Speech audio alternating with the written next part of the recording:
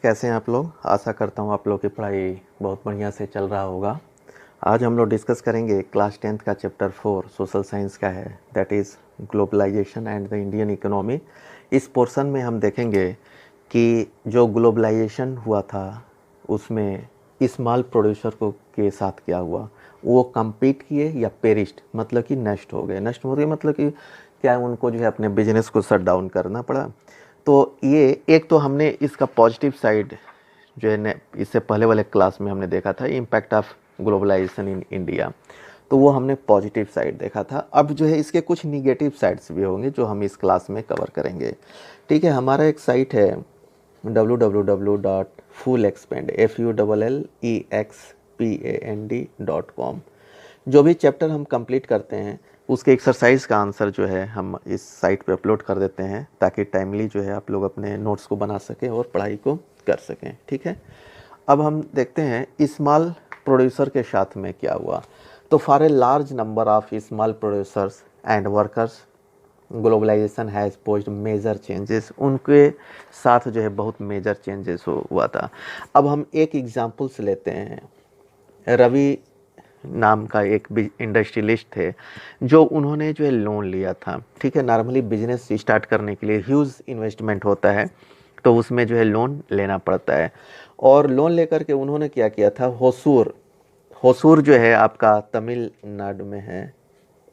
ठीक है, एक प्लेस है होसूर, वहाँ पे उन्होंने जो है कैपेसिटर बनाने की कंपनी खोली थी।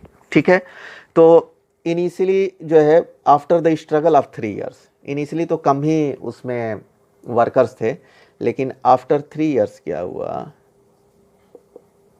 After 3 years he expanded his business and he started the working with 20 workers. ठीक है, बिजनेस अच्छा खासा जो है ठीक ठाक जो है चल रहा था। ये है 1992 की बात है। ठीक है, तो ये जो 20 वर्कर के साथ में और इनका अच्छा खासा ऑर्डर्स भी मिलता था। वो क्या बनाते थे, कैपेसिटर्स। कैपेसिटर्स जो है बहुत जगह जो है यूज होता है, आपका ट्यूबलाइट्स में यूज होता है, टेलीविज़न में यूज होता है। ठीक है, ऐसे जो है बहुत जगह पे जो है कैपेसिटर्स का यूज होता है। तो इनके क्लाइंट्स जो है अच्छे खासे थे और डिमांड भी इनका अच्छा खासा था। Everything was going smoothly. लेकिन क्या हुआ, 2001 में जो है WTO के साथ में इंडिया का एग्रीमेंट हुआ जिसमें कि कैपेसिटर्स को जो है इंपोर्ट जो है कर सकते हैं। तो अब कैपेसिटर जो है क्या होने लगा, इंपोर्ट होने लगा। ठीक है, others part of the country से कैपेसिटर जो है इंपोर्ट होने लगा। और ये जो है जो इंपोर्टेड कैपेसिटर था वो था चीप कंपेयर टू जो है रवि बनाते थे उससे जो ये चीप था। तो अब रवि जो है क्या किए कि ये मार्केट में जो है compete नहीं कर पाए। ठीक है, क्योंकि डेफिनेटली ऑब्वियसली जो है अगर जो है सस्ता जो है सामान मिलेगा तो कोई भी सस्ते सामान की तरफ जाता था। तो उनके मेन जो है जो क्लाइंट्स थे उन्होंने अपने ऑर्डर्स को या तो बंद कर दिया या अपने ऑर्डर्स को कम कर दिया। तो इस प्रकार से अब ये जो है हाफ जितना कि वो प्रोडक्शन करते थे वो जो है हाफ कर दिया इन्होंने। तो डेफिनेटली अगर हाफ कर देंगे तो वर्कर्स को भी इनको रिड्यूस करना पड़ेगा। ठीक है, क्योंकि उतना पेमेंट हम वर्कर्स को नहीं जो है दे सकते थे। और इनके बहुत सारे जो ऐसे फ्रेंड्स जो है थे जिन्होंने अपने जो है कंपनी को जो है शट डाउन करना पड़ा ड्यू टू दिस रूल्स। ठीक है, जो इंपोर्ट करने का जो है WTO से जो एग्रीमेंट हुआ था इसमें। तो एक प्रकार से हम देखते हैं कि ग्लोबलाइजेशन से एक कंपटीशन हुआ और उस कंपटीशन में कुछ लोग जो है compete नहीं कर पाए। इससे पहले वाले क्लास में हमने क्या देखा था कि कुछ कंपनियां ऐसी थी जो कि जिन्होंने अपने टेक्नोलॉजी को बढ़ाया, ठीक है, एडवांसमेंट किया और जो है वो ग्लोबल कंपनी MNCs कंपनी जो है बन गई, या तो फिर उन्होंने MNC के साथ कोलाबोरेशन कर लिया। ठीक है, लेकिन कुछ सभी कंपनियों के साथ ऐसा नहीं हुआ। ठीक है, तो और हम एक और एग्जांपल्स देखते हैं कि वर्कर के साथ में क्या हुआ। ये तो हमने एक इंडस्ट्रियलिस्ट का जो है एक एग्जांपल देखा, but what about the workers. Workers के क्या हुआ, तो जैसे कि एक सुशीला करके वर्कर थी। ठीक है, जो है इसका एज जो था 35 ईयर्स और वो बहुत दिन से जो है दिल्ली के एक गारमेंट एक्सपोर्ट फैक्ट्री में काम कर रही थी, जैसे कि वहाँ का जो कपड़ा होता था वो एक्सपोर्ट जो है होता था, और she was a permanent worker, ठीक है। और उसको सब कुछ था, सब कुछ कंपनी की तरफ से मिलता था, जैसे कि जो इंटाइटल्ड है हेल्थ इंश्योरेंस, ठीक है, provident fund, over time, over time जो है डबल रेट में मिलता था। लेकिन क्या हुआ, जब ग्लोबलाइजेशन हुआ 1990 के बाद में, जब ग्लोबलाइजेशन तो after reaching for a job for 6 month, तो ग्लोबलाइजेशन जब हुआ तो उसमें क्या हुआ, इसकी जॉब जो है चली गई, क्योंकि कंपटीशन हुआ। जैसा कि हमने देखा रवि के साथ क्या हुआ था, रवि के साथ 20 वर्कर्स काम कर रहे थे, जब डिमांड कम हो गया तो डेफिनेटली जो है वर्कर्स को भी निकाल दिया जाएगा। तो जब ग्लोबलाइजेशन हुआ, कंपटीशन हुआ, तो उसमें जो है सामान इनिशियली जो है नहीं बिकना स्टार्ट हो या कम हो गया, तो उन्होंने सुशीला को निकाल दिया।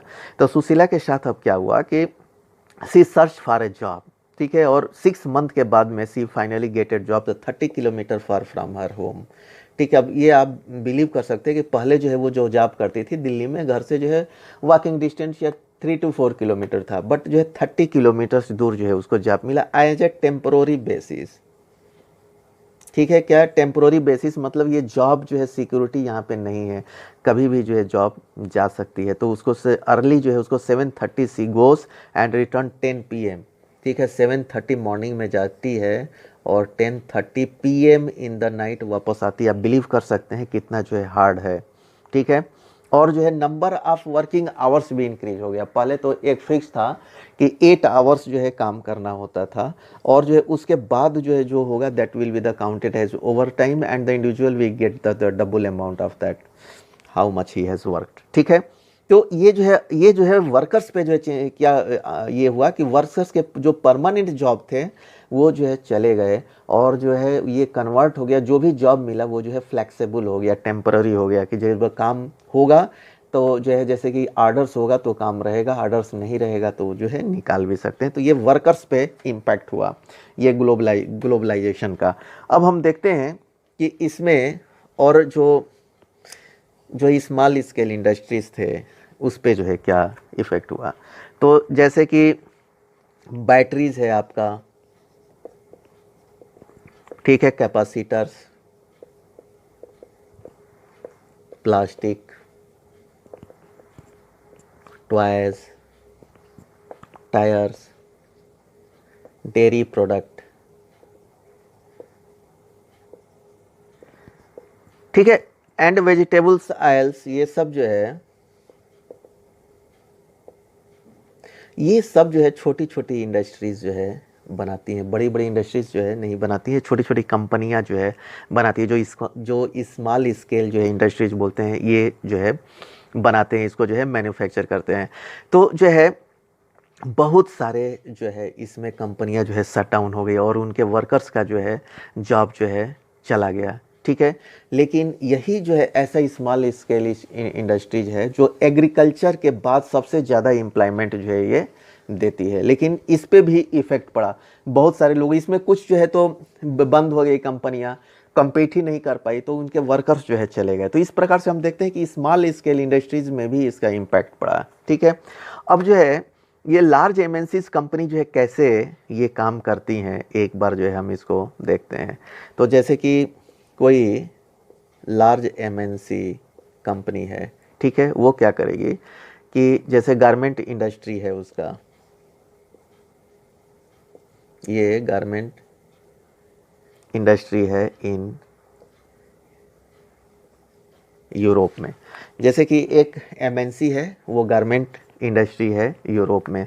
तो ये जो है इन लोगों को क्या ये चाहिए था कि ये चीपेस्ट रेट में ये सामान जो है ये चाहते हैं, ठीक है। एमएनसी जो है जहाँ भी सस्ता मिलेगा वो चीपेस्ट रेट में सामान को चाहते हैं, ताकि मैक्सिमम प्रॉफिट जो है इनको हो। इसके लिए वो लोग क्या करते हैं कि इंडियन गवर्नमेंट एक्सपोर्टर्स को जो है ये आर्डर्स देंगे, ठीक है, कि हमें जो है इतने जो है सामान जो है चाहिए, जैसे कि 10,000 जो है पीस जो है इन्होंने बोला, और इनको चीपेस्ट भी चाहिए। तो अब जो है इंडियन जो एक्सपोर्टर होगा